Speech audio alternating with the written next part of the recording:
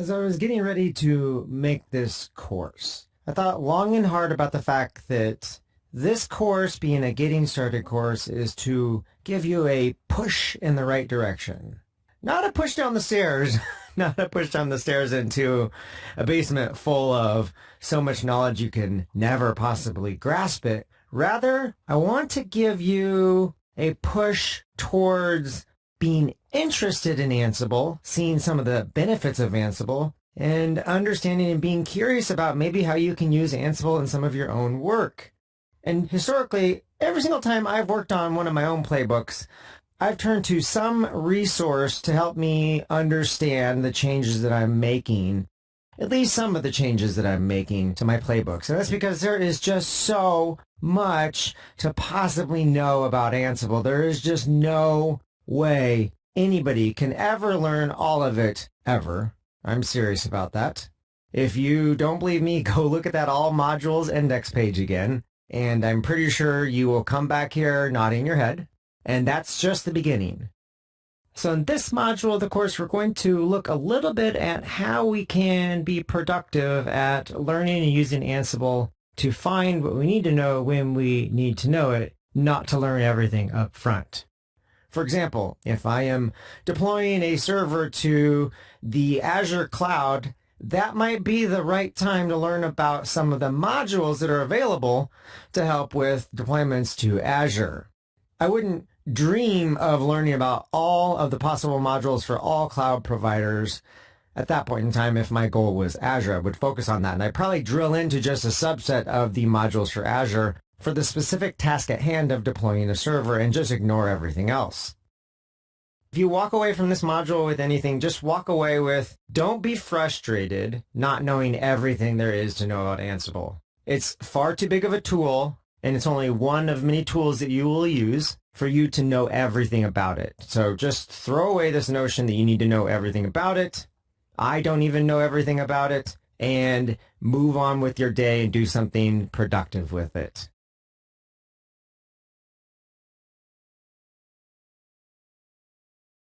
One of the tools or commands that we've been working with a lot in this course is the ansible-doc command that can help us learn a lot about Ansible without ever being connected to the internet. And of course, all this information is going to be reproduced online as well. We can even hop out to the link that's provided to us here at docs.ansible.com and start taking a look at some of the various different aspects. For example, I still have that page up about the become or privilege escalation series of plugins and how you can use that inside of Ansible. And this alone is a beast of documentation. There are lots of beasts over on the left-hand side, so there's a lot of this stuff online.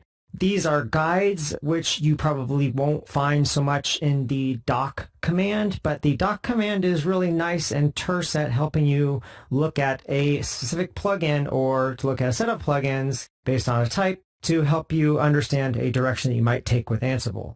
And one thing I think that would be helpful to do is to walk through the help for this. Specifically, look at all the different types of plugins that are available inside of Ansible, and this list will grow over time. There's quite a few here. Any one of these you can just take and plug in to the ansible-doc command, so -t, and then we could specify any one of these. So how about we do shell, and then we use --list or -l to dump that list of plugins out.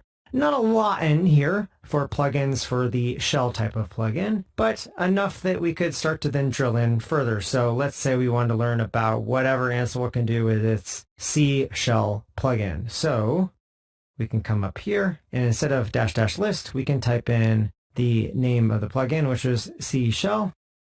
And now when I execute that, I can drill in a little bit further and learn a little bit more about this particular plugin. And this documentation for this plugin is actually being pulled right from the plugin itself. If you were to look at that file, so we've got a path up here right at the top that specifies where that plugin is at. We can copy that. I could make a new tab here, and I could dump out the file that has the plugin inside of it, or I could open it up in Visual Studio Code and start to peruse other neighboring files. Notably, you can see we have a shell folder underneath of plugins, so we probably have some more shell plugins that we can see right next to this one. So I can learn a little bit about, oh, well, hey, wait. Before I move on, look, there's the documentation I was just going to show you. Sometimes it's hard to not get out of control when it comes to perusing different aspects of Ansible and learning a little bit more about what's going on. Because right here is what I wanted to talk about, which was the documentation, but I got distracted by noticing that the pathing has the word plugin in it, and I wanted to point that out to you because I could probably drop off the C shell plugin. Notice it is a Python plugin. And I switched over to the ls or list command instead of that. And you can see here we've got our other plugin types that we had from ansible-doc. So it's really no surprise that these plugins are available because it's just Ansible finding these on your machine. And of course, if you add in more, you'll find in more plugins as well when you run the ansible-doc command. -t here, and we can then target, again, shell, list that out. And what do you know? That list looks pretty familiar. Got about 5 of them in there.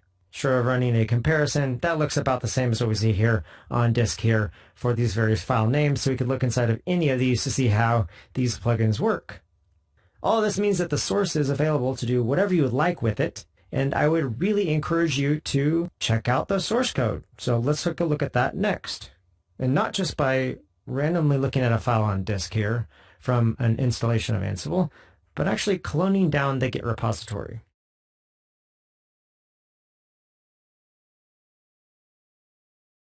Alrighty, so I just mentioned a moment ago that the source code for Ansible allows for a lot of opportunities for learning. I already have this cloned down to my machine, so I'm going to jump over to where that is copied down, the Ansible GitHub repository on my computer.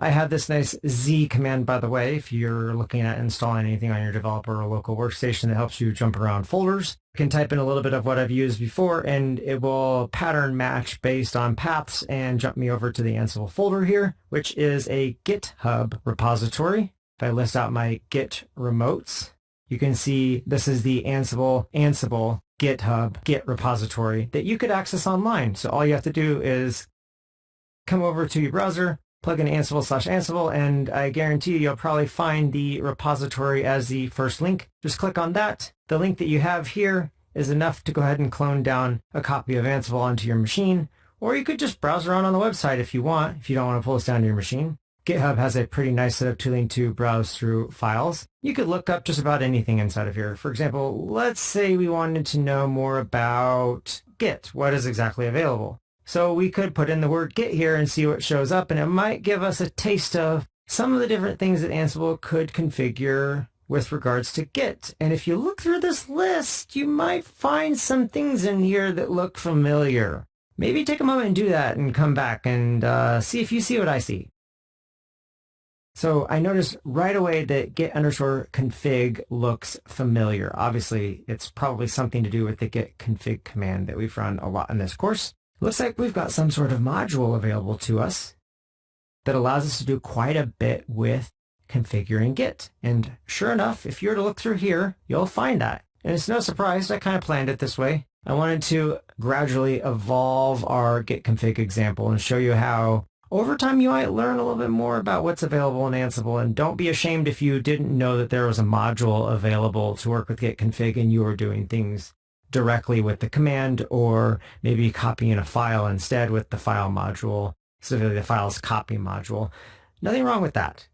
But if maybe later on you do something more specific that you can't accomplish by copying out a file or by running a command, you might want to look at this git config module and see if it can do it for you. And so if you were to look at the documentation for this, which you can do online here, right inside of the source code. We can even look at the source and see how this works. Scroll through here. I'm sure you're going to see the word config in here a few times. And aha, look at that. We've got our arguments to a command that's going to be run. So underneath of this module, we're just masking the use of git config directly. So we are somehow getting our git path and then running the config subcommand. Now, I definitely don't want to trivialize the fact that many modules add that idempotence that we were talking about, where we have some sort of command that leads to a change in our system, but it doesn't necessarily lead to the same change if run multiple times. It doesn't necessarily lead to the same change if we don't start from the same state. So I don't want to trivialize that many modules are actually sweeping that underneath the rug of the module so that you don't have to worry about that, and allowing you to focus on the bigger picture of what your desired state of configuration is. So keep that in mind when we're talking about what a module is executing. It's not just some sort of command.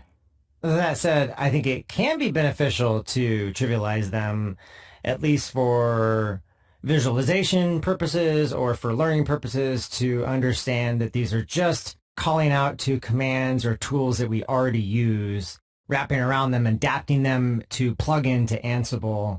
Trivialize it so that you can feel confident about what the module does, but don't trivialize it in the fact that you dismiss the power of what a module can do for you when you have some sort of command that at the end of the day is not idempotent. So with the utmost respect, at the end of the day, this is a wrapper around the git config command line utility that allows us to work with it inside of the context of Ansible. And of course, if we are to then take a look at, well, you tell me where else we might want to look if we find something like this in our source code, and we might want to look at something else to help us understand more about what's available with this specific module. I don't want to give away too many hints. Think about that. Join me in the next clip. I'll show you.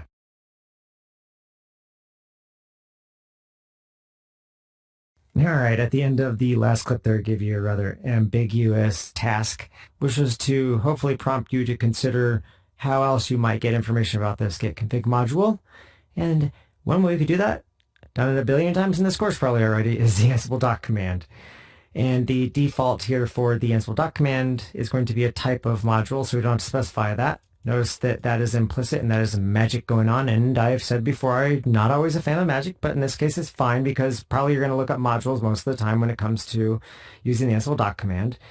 And then we just need to provide what here? You tell me. Oh, we just type in git underscore and then config, the name of the module file that we found, and the repository for the source code for Ansible. Go ahead and run this and voila. Look at that. We've got information about this git config module that we could then use to plug this into our examples. And specifically, speaking of examples, down at the bottom here, you can see we have some examples of how to use this particular module. And these are a really good tool to learn some of the common use cases for a module, because they're going to be examples that are nuanced to the module, not nuanced to Ansible. So in the case of git config, it's going to be looking at maybe different scopes or how to set a value versus maybe how to read a value. And somewhere in here, aha, there we go. We should have some way to list out all of our values. So look at that. We have a way to call the git config module to dump out our git configuration and list everything. We can even do that and specify a scope if we so choose. So let's give that a shot next. So I'll quit out of the ansible-doc command. I'm still next to my folder that's opened up with my inventory with multiple machines inside of it. And if I wanted to, I could run the ansible ad hoc command and then pass in the git config module and run that against our vagrant set of VMs here.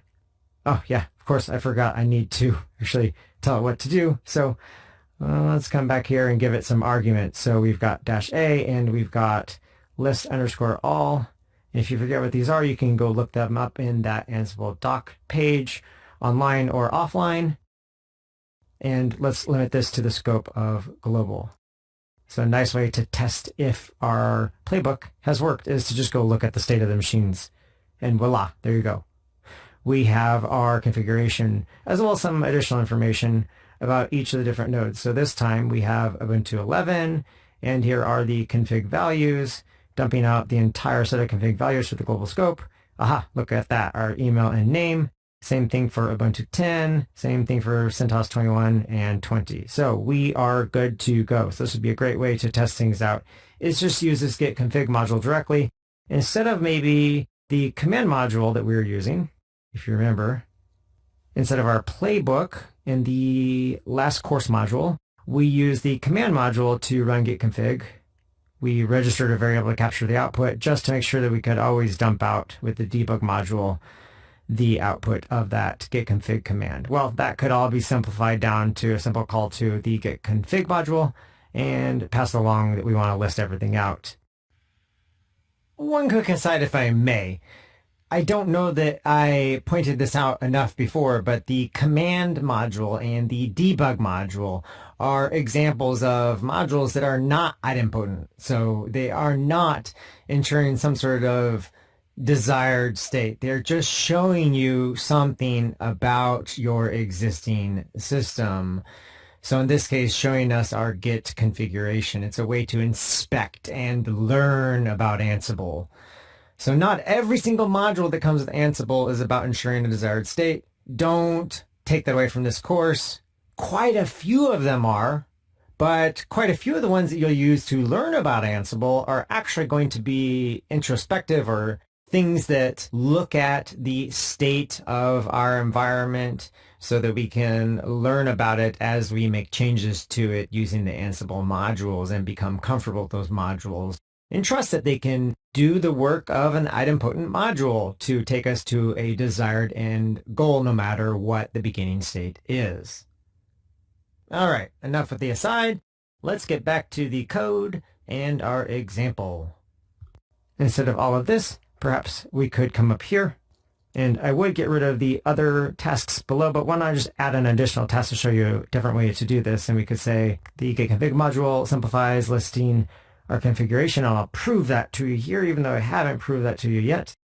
What do I put right here?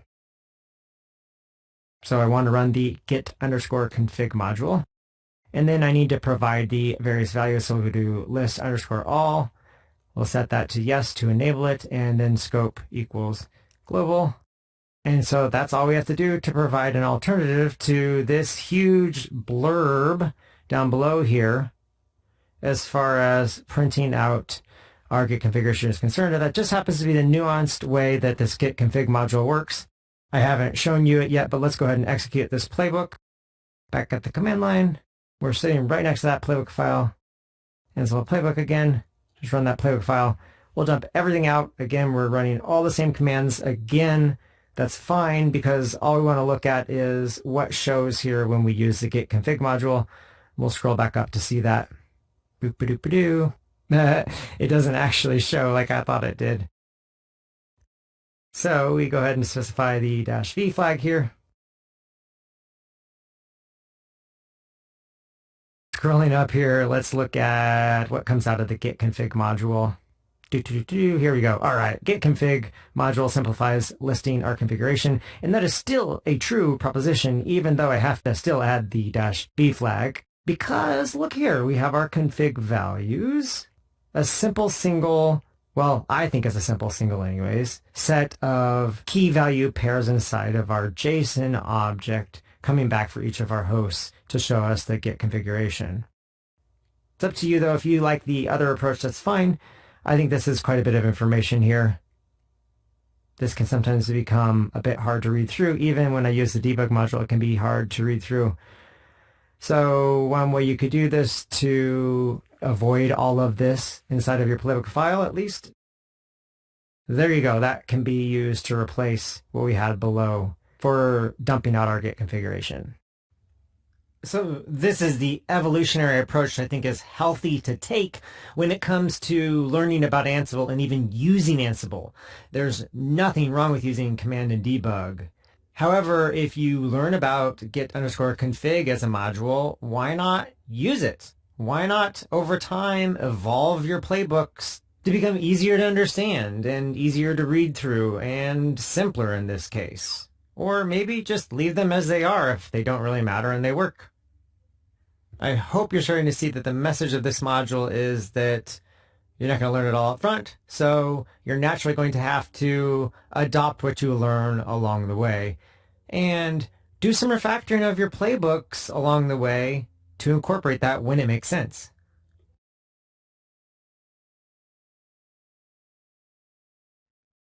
There's another way I like to learn on the fly, and that's with my IDE. Let me show you with a live demo what you can do with a nice extension to VS Code here. Now, I will say if you're not using VS Code, you'll have to adapt to what's available for your IDE, but This is a reminder to take a look at some of the extensions or plugins or even baked-in features that will teach you about Ansible on the fly with regards to the specific IDE that you choose to use to edit your Ansible playbook files or any of your Ansible files. Okay, so back to VS Code. The extension I like, the number one feature I like the most is best demonstrated. So let me show you what that looks like. And I will do that first by showing you what happens before I install the extension versus after. So here we go. If I hover over this get_config task, you'll see that the module shows nothing when I hover over. Now watch this when I install the official extension to VS Code for Ansible. If you click on it, you'll see it's from Microsoft. There are some other choices as well. This one I like for a couple of reasons. First off, it comes from the horse's mouth from Microsoft. It's trustworthy. I'll go ahead and hide the extension panel. Open up the playbook and hover over Get Config. And look at that. I have a nice link to click to pull up the documentation. And this is a really nice way to look at the documentation for this particular module. And of course, there are other benefits. I would encourage you to peruse this. You can click on the name here from VS Code, pull up the page with all the documentation for this particular extension, and see all the different features or benefits that you'll gain by enabling this. A couple noteworthy features would be auto-completion, so typing and completing on the fly helps you when you don't quite remember that keyword that you might need. Snippets are also great when you don't know how to use a particular module. So if I wanted to use that get config module, when I'm typing get_config, see how there's a snippet available? Boom. Hit enter here, and you can see I basically have the documentation inlined. I can choose what I want to include, what I don't want to include, and I have a little bit of explanation of each of these to leave behind as I'm tweaking this to my liking, or just to go ahead and wipe it away and maybe stick to the one particular thing that I want to use, all from a snippet. There's also validation baked in, the hover over feature that I talked about with module names, and then some advanced features to run via various connection types, which will make more sense when we get into the next module of this course. But it's neat that these are baked into the IDE to not just connect to an environment via SSH, but maybe via Docker, or maybe locally, or even Cloud Shell you can see here. And there are other features you can browse through, as well as other extensions you might want to use. So I definitely encourage you to extend your IDE, which is a great way to learn as you go, because your IDE can teach you a little bit about the tool. And if you are not sure what to use for your IDE, there is a nice set of documentation available to you. For some of the common IDEs, you might find a listing here that could help you out if you'd like a launching point for some of the extensions. For example, the one I just showed you is listed here underneath of Visual Studio Code, but we have some of the other popular editors available as well.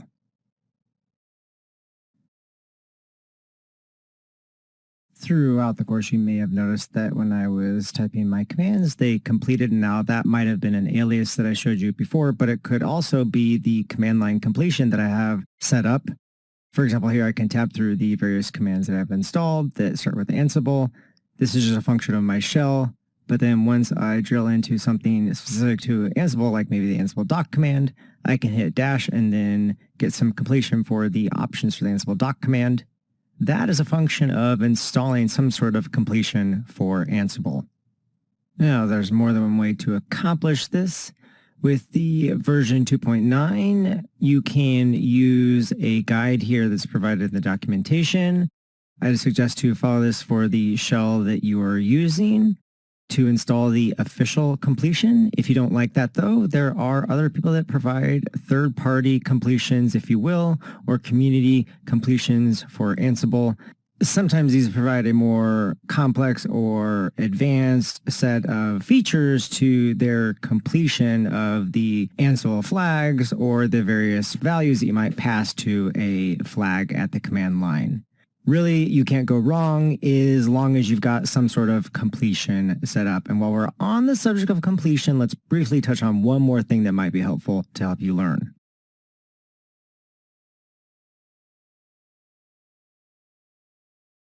Alrighty, one last command I'd like to show you as far as tab completion is concerned. The Ansible console command, which we have not yet used, is a REPL for Ansible.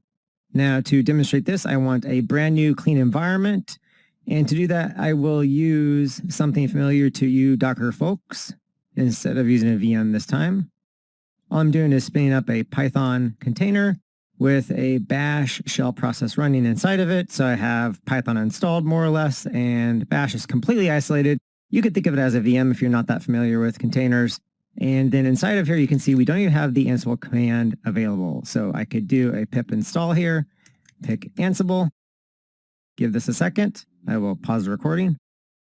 All right, so we've got Ansible installed here, which means I should have the Ansible console command available. Open this up here, and it's not going to do much for me because I need to actually specify the host that I want to target when I'm using this REPL. So I'll use the implicit local host, which is just the container environment itself. And I could do things like run the ping module, which we haven't spent much time with, but is more or less a health check, kind of like ping at the command line, but not really. All this does is send out a chunk of code to our remote target, in this case localhost, so the exact same environment, but imagine another machine somewhere else. It sends out some code that just returns back pong. So it's not ping in the command line sense, but it does the exact same thing of telling us if we can connect to that host and execute an Ansible module. It's the Ansible equivalent of ping.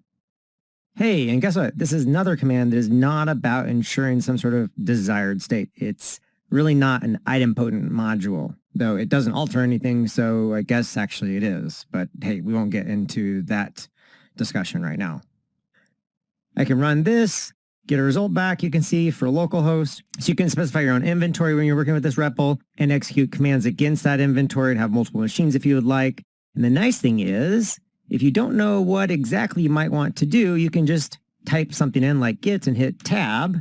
And without even installing any sort of tab completion, this console or REPL tool for Ansible comes with a set of completion baked in. So there you go. You can see the various matching git modules that we could be using. And notice there is our git config module. I'll clear the screen here. The nice thing, you can hit tab again then, start to see some of the parameters. List all is available, and then I can come over and we need to specify what scope we'd like. We don't have to, but I like to do that. Let's do the global scope, and you can see, look at that, localhost or the container itself has nothing configured yet for Git. It does have Git though, so we can run, well, this would have failed on us actually if it didn't have Git, but it does have Git, so we can run another call to the git config module, and this time we can specify name equal to user.email with a value of whatever we type in here, so foo@bar.com. Run that. Look at that, it changed something, and hey, if I run that again, boom, nothing has changed this time. That's that idempotent set play. Now that we have set up a single config value, let's just go ahead and up arrow to our git config list all again. Nothing is there, and that's because, well, wait a minute, you tell me, what did I do wrong? Well, I forgot to specify a scope. So with Git, this is Nuanced to Git, so don't feel bad if you don't know this. This is not Ansible specific, but we did talk about this earlier in the course. So we want to set the scope to global. Alrighty, there we go. We've changed it again. Now, if we list out our global scope, look at that. We've got our user.email. So you've got this nice REPL environment that can help you find commands that are available. For example, if I didn't know about that ping command, I could hit P and type, well, tab, and I get a lot of results back. But hey, look, right up in the left corner is the word ping. There's also pingdom, which makes me wonder what exactly that is. And there's PIDs, I guess, so we could look at process IDs maybe. So the REPL command of ansible-console is also a learning tool for playing around with Ansible and quickly learning about what's available when you are first getting started and helping you evolve quickly your understanding in a specific domain.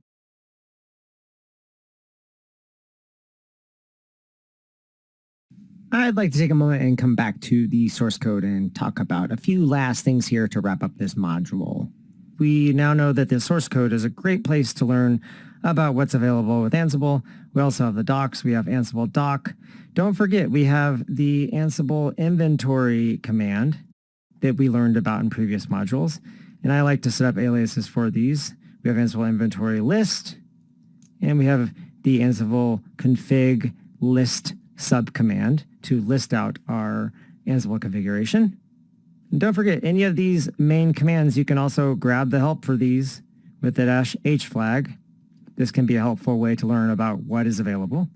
All these different avenues are targets that help you drill into Ansible and maybe learn a little bit more about how to configure your specific case without needing to know the 5 bajillion aspects of Ansible that are available to you, which you can look at as daunting, or you can choose to look at it as pretty awesome and empowering. And I choose to fall in the latter camp. And if that's the case, then you need an approach to gradually learn this information, not just absorb it all up front right away and try and then use it and apply it in your situation.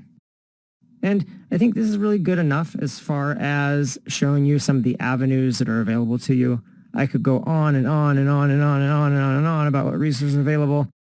The truth be told, I just wanted to show you that we can browse through the source code in this case, and with a completely contrived example, we can find that git config module and use it to simplify our playbook's configuration at least. And a big component of that is going to then be not always feeling somehow inferior because you don't know all of the 85 bajillion modules available inside of Ansible. Don't feel bad about not knowing about every aspect of Ansible. Just get busy learning what applies to your situation and leave it to somebody else to feel bad about not knowing the 85 bajillion module names, let alone what all of them do and all their different parameters and how to use them and da-da-da-da-da. And don't forget to read the 85 bajillion books like this, because that sounds really exciting. All right, that's enough for now. Join me in the next module.